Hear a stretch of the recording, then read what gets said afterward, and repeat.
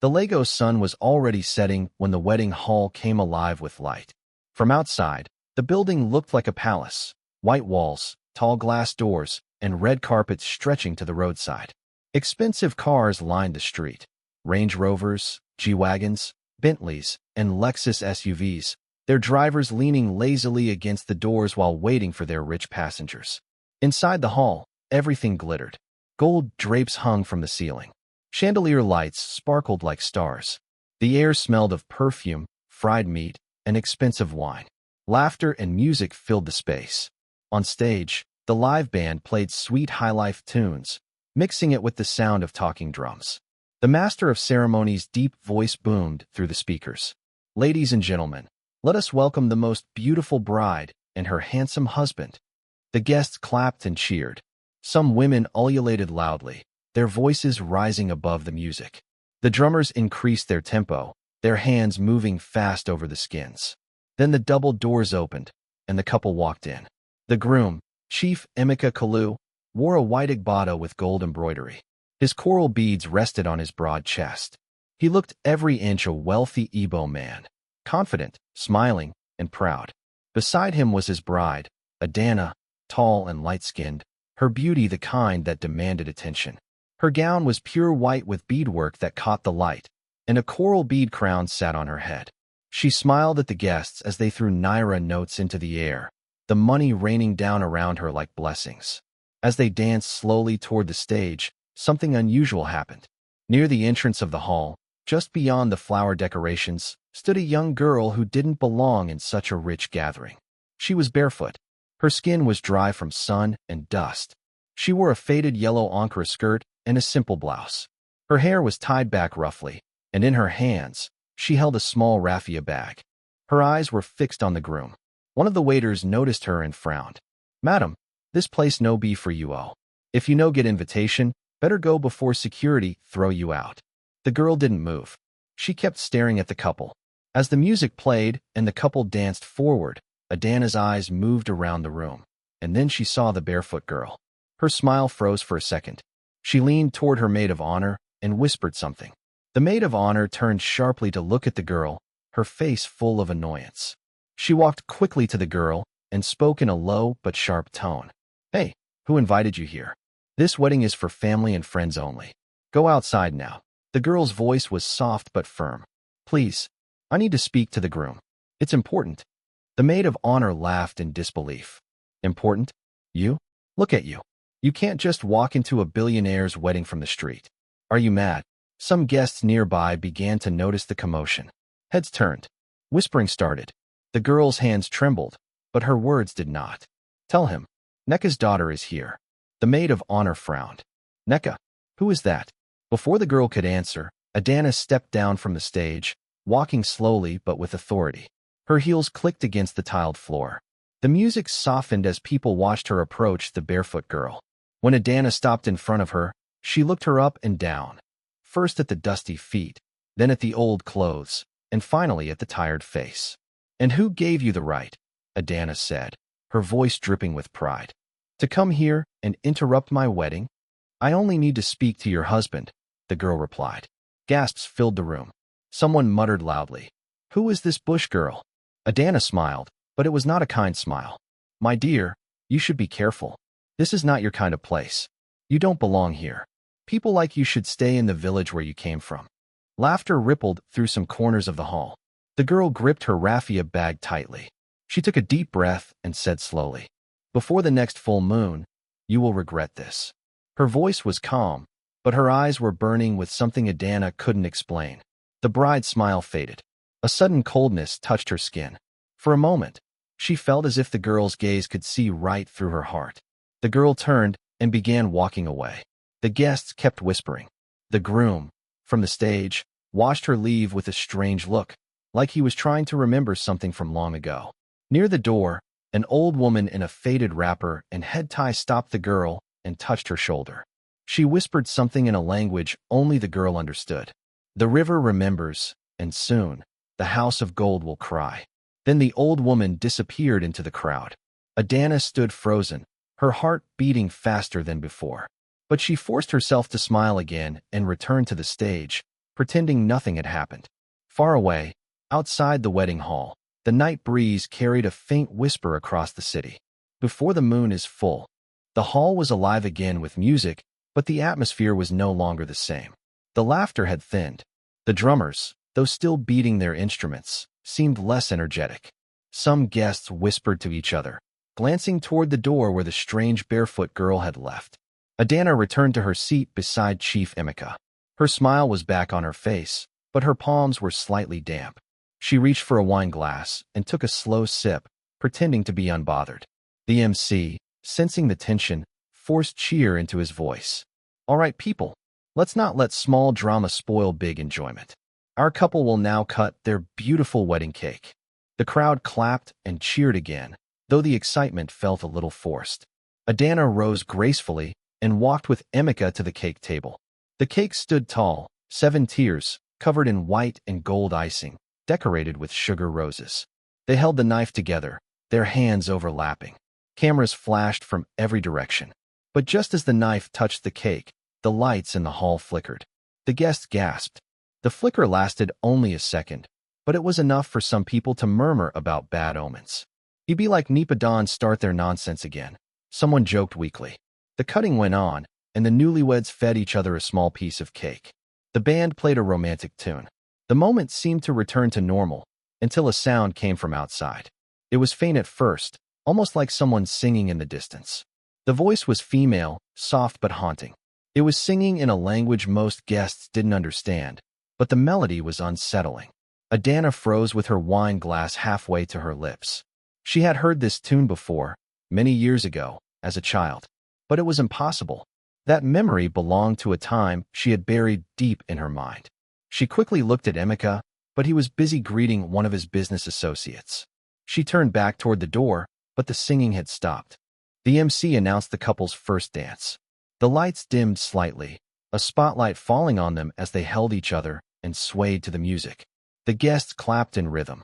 But from the far side of the hall, the old woman who had stopped the barefoot girl earlier was watching. Her eyes never blinked. She stood so still that she seemed part of the shadows. And in her hand, she held a small calabash covered with cowrie shells. She whispered something into it, then slowly poured its contents, clear water, onto the tiled floor. Nobody noticed her, except for one of the waiters, who watched in silent fear. By the time the last guests left, it was almost midnight. The couple's convoy of cars rolled out of the venue toward Emeka's mansion in Lekki. Adana leaned against her seat, tired but happy to finally be alone with her husband. But somewhere deep in her mind, the barefoot girl's face kept appearing. Those eyes, that strange prophecy. "Before the next full moon, you will regret this." She shook her head. "Nonsense," she muttered to herself. "What did you say?" Emeka asked from the driver's seat. "Nothing, darling," she said quickly, forcing a smile. But Emeka's mind was not at peace either. That name, Neka, had touched something in him. Many years ago, before his rise to great wealth, there had been a woman in a small southeastern village. She was beautiful, with skin like polished mahogany and laughter that could fill a room. Her name was Neka. Emeka's hands tightened on the steering wheel. He told himself it couldn't be connected. The world was full of women named Neka. Yet the image of that barefoot girl lingered in his mind. Back at the wedding hall, after the couple left, cleaners moved around the hall, picking up empty bottles and sweeping the floor. The waiter who had seen the old woman earlier was still uneasy. He found a small puddle of water near the corner where she had stood. He bent down and touched it. It was ice cold, even though the air was warm. From somewhere outside, he thought he heard the sound of water flowing, like a river, yet the hall was far from any river. The hairs on his arms stood up. He quickly stood and continued cleaning, muttering a short prayer. Adana's wedding night. The mansion was decorated with white flowers and scented candles for the couple's arrival. The servants welcomed them with bows. Emeka kissed Adana on the forehead and went upstairs to change. Adana removed her gown with the help of her maid. She slipped into a silk robe and walked to the mirror. She wanted to admire herself one last time before the night ended. But when she looked into the mirror, her smile vanished. For a split second, just a heartbeat, she did not see herself in the reflection. Instead, she saw the barefoot girl standing in her place, holding the raffia bag, eyes glowing faintly.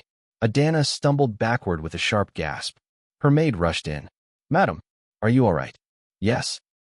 She turned back to the mirror. Her own face was there again, flawless and perfect. She laughed nervously. "It's nothing. I'm just tired." But deep inside, she knew it was not nothing. Something had entered her wedding day, something that would not let go. That night, Adana fell asleep beside Emeka in the wide, king-sized bed of the master suite.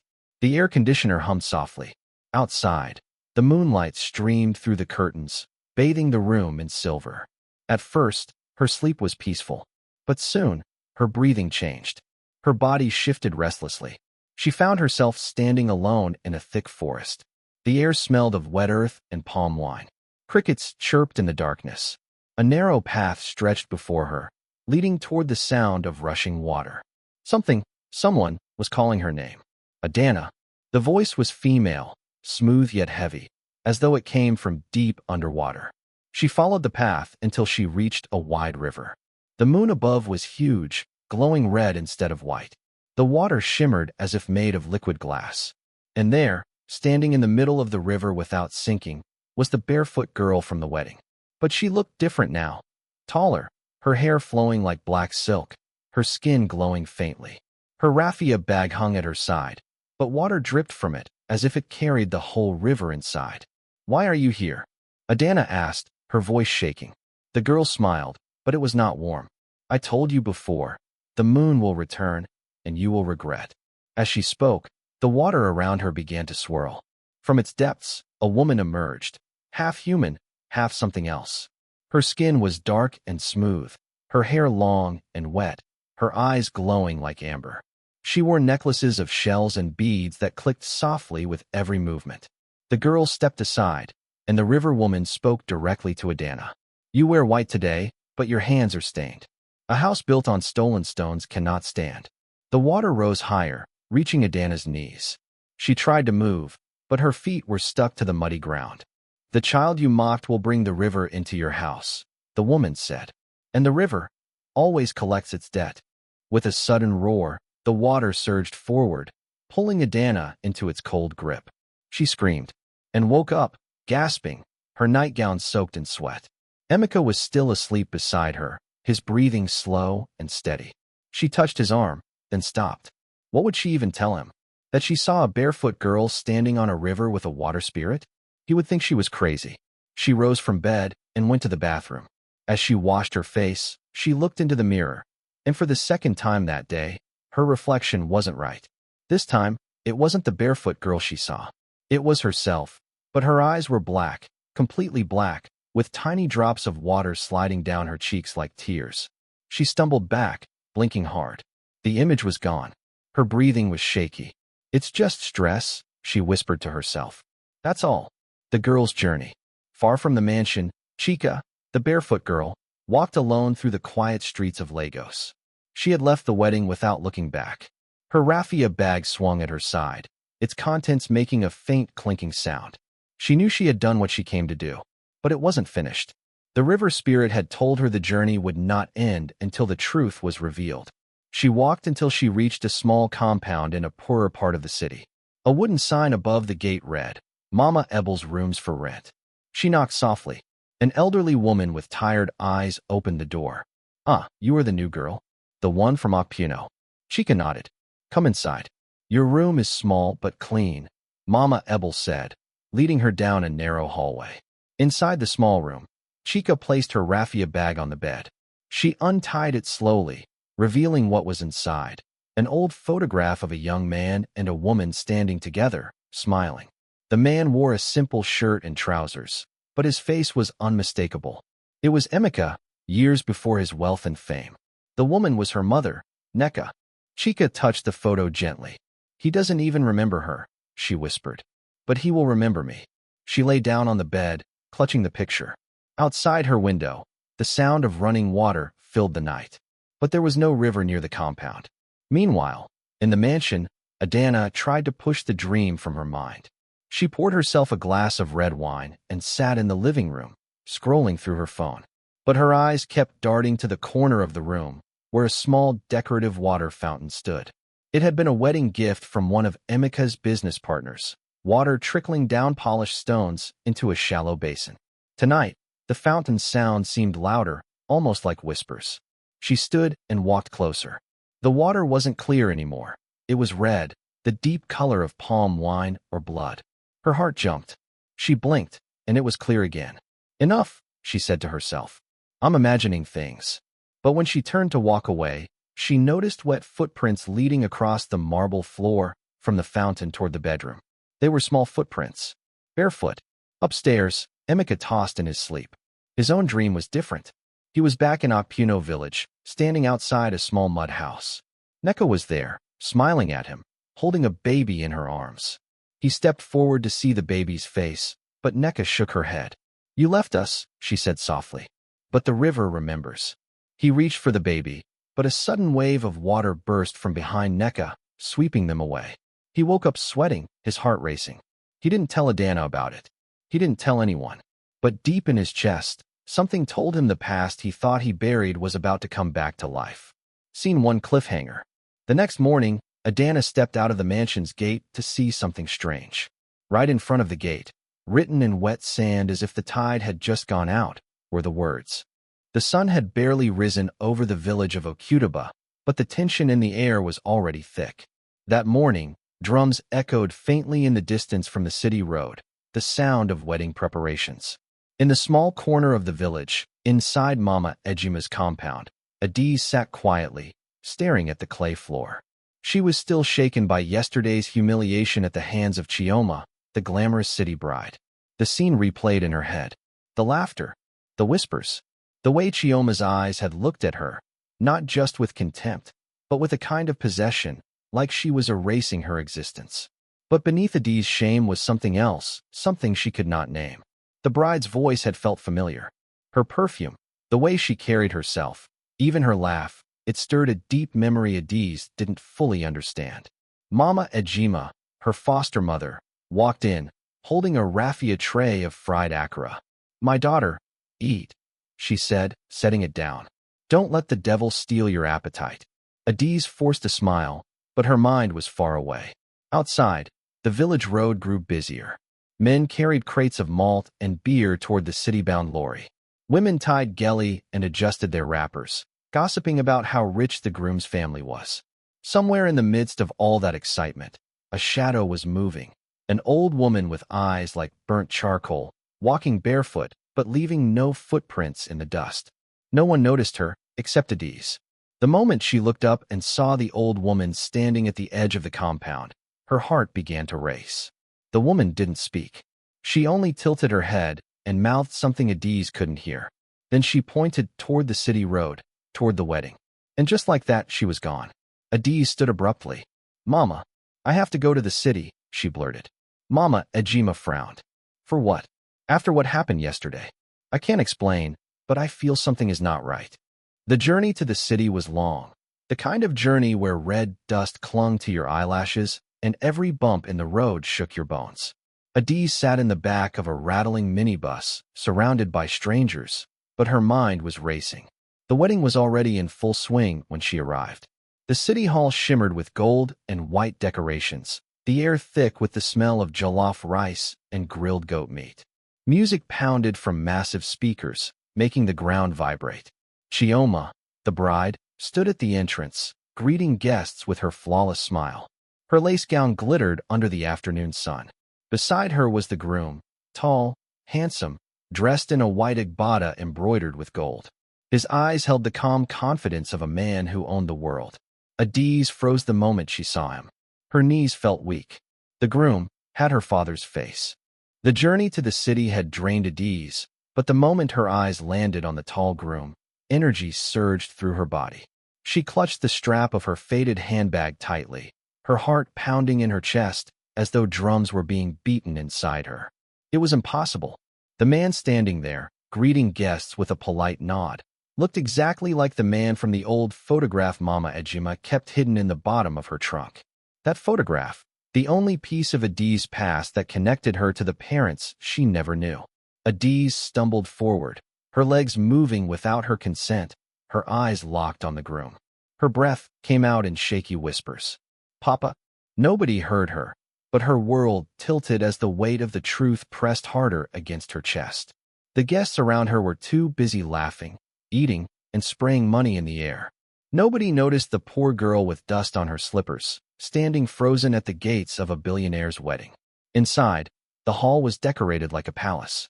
Giant chandeliers hung from the ceiling, scattering golden light across the room. White roses lined the tables, their scent blending with the aroma of pepper soup and roasted chicken. Guests wore flashy lace and expensive ankara, their wrists heavy with gold and diamond. But Adi's eyes were not on the glamour. They were on him, the groom. Every tilt of his head, every curve of his smile, every subtle gesture reminded her of that picture. Tears pricked her eyes. She had spent her whole life asking questions nobody answered. Who were my parents? Why did they leave me? Now, the answer stood just meters away, about to pledge his life to another woman. And that woman, Chioma, was the same one who had humiliated her the previous day. Adiz felt her throat tighten. The hall was alive with music, but Adiz heard nothing. All she could hear was her own heartbeat and the faint voice of the old barefoot woman she had seen earlier. Go to the city. Something is not right. The master of ceremonies grabbed the microphone and shouted, "Ladies and gentlemen, clap your hands for the bride and groom." The hall erupted with cheers. People whistled. Men sprayed naira notes into the air until they rained down like confetti. Adiz's fists clenched at her side. She wanted to scream, to run to the groom and tell him everything. But fear wrapped around her like a chain. What if she was wrong? What if the resemblance was just coincidence? What if people laughed at her again? Then, suddenly, Chioma's eyes fell on her. The bride froze mid-laugh. Her smile twitched. Her grip on the groom's arm tightened as her perfectly painted lips parted ever so slightly.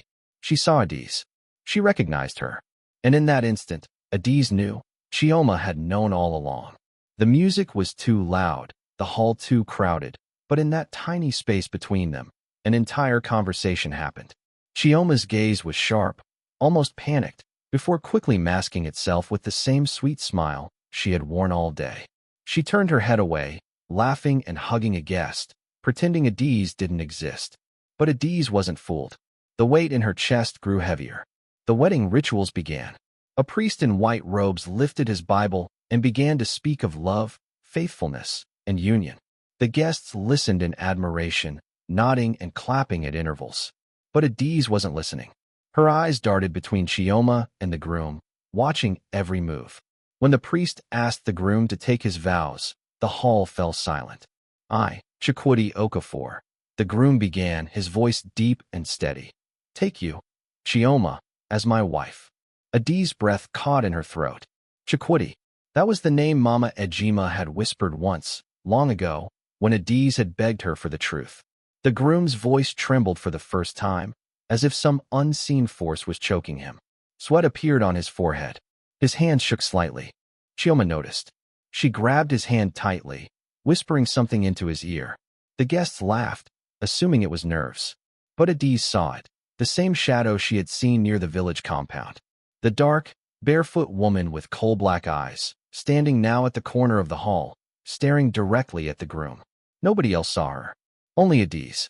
And this time, the woman spoke, her voice carrying across the room though her lips barely moved. "The truth cannot be hidden forever. Blood calls to blood." Adiz gasped, her hands flying to her mouth. The groom froze mid-vow, his eyes scanning the hall as though he too had heard something. His lips quivered, and for a moment, his gaze landed on Adiz. Their eyes met, and something passed between them. Recognition, confusion, pain. The guests began to murmur. What is happening? Why is the groom shaking? Is this a sign? Chioma panicked. She forced a laugh and spoke loudly, trying to distract the crowd. It's just wedding jitters, everyone. But her voice cracked. Adiz took a step forward, her whole body trembling. She wanted to shout the truth. She wanted to scream, "He is my father. You are marrying your own bloodline." But before she could open her mouth, a sudden crash thundered across the hall. One of the chandeliers above snapped loose and fell to the ground, shattering into a million pieces. Guests screamed and scattered, some diving under tables, others running toward the exit. The music cut off abruptly. The priest stumbled backward. And in the chaos, the dark, barefoot woman vanished once more. Silence followed the panic. Only the sound of glass crunching under shoes could be heard. Chioma's face was pale. She looked as though the ground had been pulled out from under her. But quickly, she composed herself, pulling the groom's face toward hers. "Finish the vows," she hissed under her breath, though loud enough for Adiz to read her lips. The groom's eyes darted back to Adiz. His lips trembled again, but this time he didn't speak. Adiz's heart broke as she realized he was fighting something greater than himself. And in that moment, she understood what the old woman meant. This was not just about her father abandoning her. This was about secrets buried so deep that the earth itself was rebelling. The guests started whispering louder. Some muttered that it was a bad omen. Others claimed it was the hand of God. Chioma forced a smile. "Please, everyone, calm down. It is just an accident. We will continue." But her eyes betrayed her. They were wild, desperate, afraid. Adiz clenched her fists. She knew what she had to do. She stepped forward.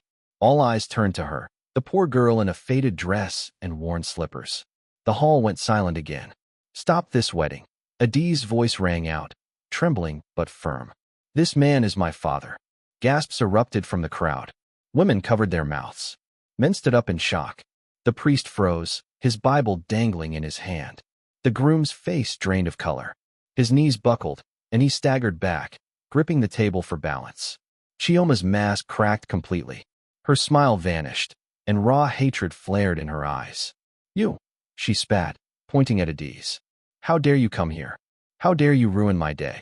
Adiz's voice wavered, but she stood tall. "I didn't come to ruin anything.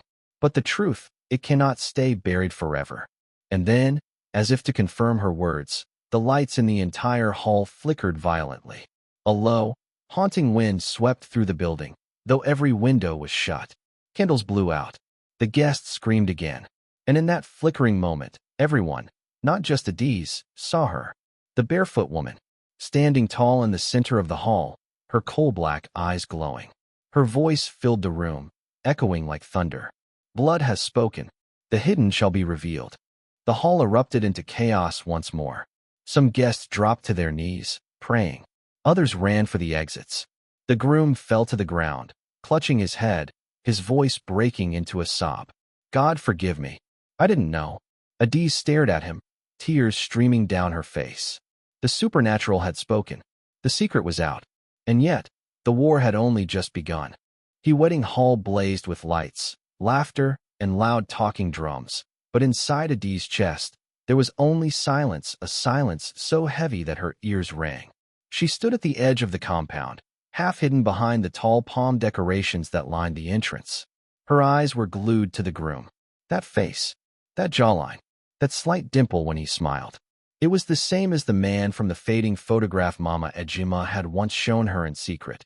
The man she was told was her father, a man who had vanished before she could even speak her first word. Adiz's throat tightened. How is this possible? The groom turned slightly as he laughed with a group of men in starched agbatas, and for a brief moment, their eyes met across the bustling crowd. The world seemed to freeze. His smile faltered. Something in his gaze sharpened, as though he had seen a ghost. And then, almost too quickly to notice, he looked away. Adiz's heart raced. Chioma, dressed in her glittering gown, leaned into him and whispered something. He nodded, but his eyes betrayed a restlessness he couldn't hide. Adiz stepped back, her hands trembling. Her spirit screamed that something here was wrong. As the party continued, Adiz slipped inside the hall. The chandeliers cast golden light across the marble floor, and the air smelled of expensive perfume and roasted meat. Laughter filled every corner, yet Adiz felt a strange coldness pressing against her skin. Everywhere she turned, she felt eyes on her. Not from the guests, not from Chioma, but from something else. And then she saw her again. The old woman. She stood near the stage, her bent frame wrapped in black cloth, her eyes burning with unnatural fire. No one else seemed to notice her, not even the waiters carrying trays of small chops right past her. But Adiz saw. The woman raised one bony finger and pointed at the groom. Then, slowly, she turned that finger toward Adiz. Adiz's breath caught. The drums in the hall suddenly changed. At first, it sounded like normal batter rhythms, but beneath the beats, Adiz heard something else. Whispers, deep and ancient, murmuring in a language she could not understand. Her vision blurred. The room spun, and then she saw it. A quick flash, like lightning inside her mind. A crying baby being carried away in the dead of night. A woman in white screaming, reaching out. A hand with a ring, shoving her aside. Adiz stumbled, nearly falling. Guests glanced at her briefly before turning back to their food and gossip. The vision ended as quickly as it came, but Adiz knew one thing. This wedding was built on secrets. Secrets connected to her. At the high table, the groom stood and raised his glass for a toast. "To my beloved wife," he said, smiling at Chioma, "and to a future filled with joy." But Adiz wasn't watching Chioma. She was watching him. And in that moment, she noticed his hand tremble slightly as he lifted the glass. The same hand with the same ring from her vision. Her stomach knotted. The groom, her supposed father, had been part of her disappearance. Adiz's chest tightened with anger and confusion. Should she scream? Should she confront him here, in front of everyone? But before she could move, the lights in the hall flickered. Once, twice, and then, for a heartbeat, everything went black. When the light returned, the old woman was standing right beside her. No one reacted. No one else saw. The woman leaned close, her breath cold as harmattan. "Blood will always find blood," she whispered. Adiz froze. "Ask him," the woman hissed. "Ask your father why he buried you." Then she vanished into the crowd. Adiz's pulse pounded in her ears. She knew what she had to do. As the crowd cheered and the groom sat down, Adiz stepped forward. Each step felt like walking through water, her legs heavy with fear and determination. She stopped right at the front of the high table. Gasps rippled through the guests as they recognized the poor village girl who had been humiliated only yesterday. Chioma's eyes widened in fury. "You again?" she hissed. But Adiz didn't look at her. She looked straight at the groom. Her voice trembled as she spoke. "Tell them the truth." The hall went silent. The groom stiffened. Chioma blinked, confused. Murmurs began to spread across the crowd. Adiz's eyes burned with tears as she said, louder this time, "Tell them who I am." "Father." The hall erupted. Gasps. Shouts. Chair scraping. The MC dropped his microphone in shock. The groom's face went pale, his mouth opening, but no words coming out. And from somewhere in the back of the hall, thunder rolled though the skies were clear. And from somewhere in the back of the hall, thunder rolled though the skies were clear. Heads turned. The band faltered mid-beat, the drumsticks of the talking drummer hanging in the air. A whisper went through the guests like the ripple of dry leaves in harmattan wind. Thunder? But there is no rain outside. Somebody chuckled nervously, trying to brush it off, but the laughter felt thin, swallowed by the silence that followed.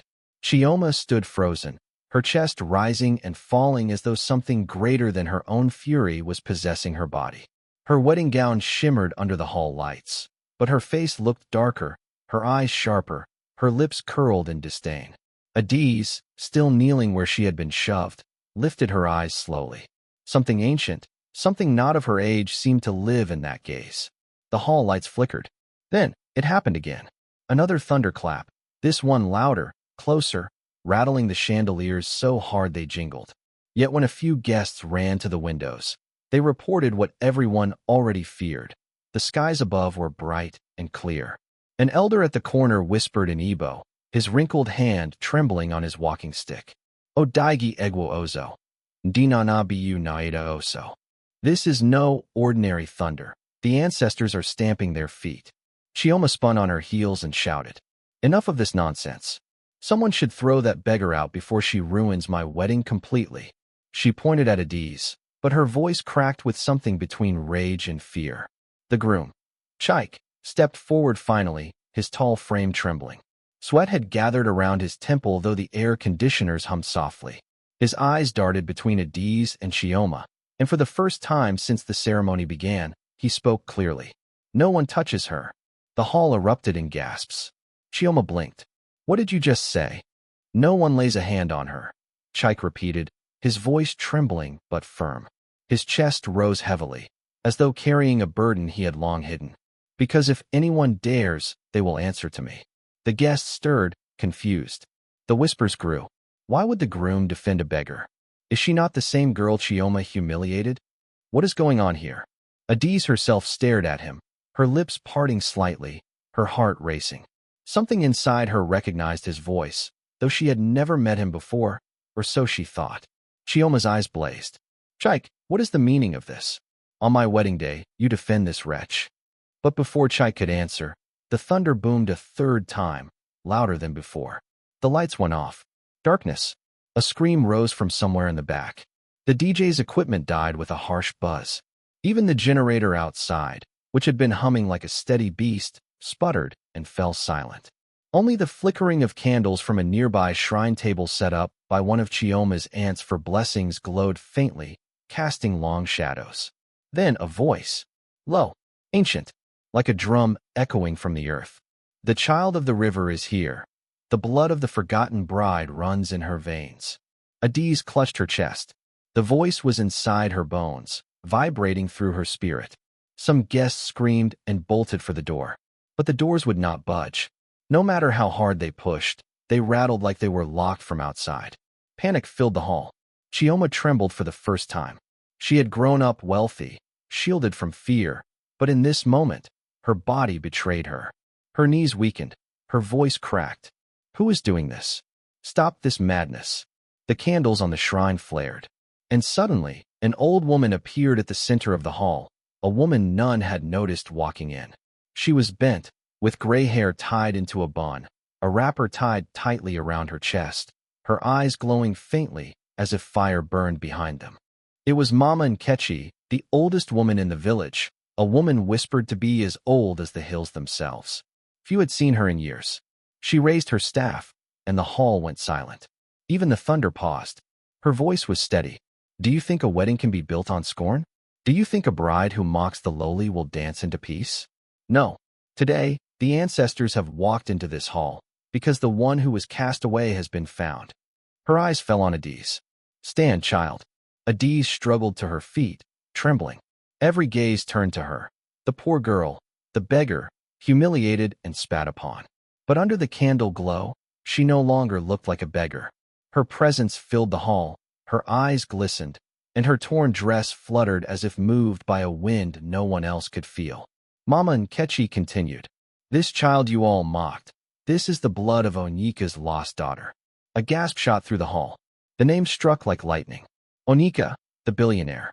The man whose wealth stretched beyond measure. The groom's father. Chike staggered back as though slapped. His face drained of blood. He knew that name too well, because Onyeka was also his estranged father, a man who had lived with secrets upon secrets. The whispers in the hall grew frantic. Onyeka? The billionaire? He had a lost daughter. Is this girl related to the groom?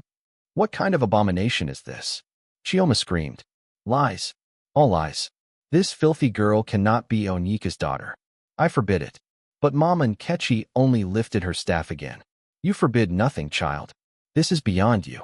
This is beyond wealth and pride. This is blood. This is destiny. The thunder returned, shaking the ground. Chike covered his face with his hands, his body trembling. His voice was low but audible. It's true. The room froze. Chike's words were a knife through the silence. He looked up slowly, his eyes red with unshed tears. It is true. My father told me of her, the daughter he lost. The child taken from her mother before she could walk. He searched, but he feared to reveal the secret. I never thought she was real. But she's here. She's been here all along. Adiz gasped. Tears filled her eyes. You knew about me? Chike swallowed hard. Not you, but the story. I didn't know the face. I didn't know the name. But the thunder, the voice, everything makes sense now. The hall erupted in chaos. Some shouted abomination. Others cried, God is wonderful. Chioma's rage reached its peak. She tore at her veil, her face twisting, no longer beautiful, but almost monstrous with envy. No, I will not allow this beggar to steal my moment. I will not allow her to ruin my life. She lunged at Adiz.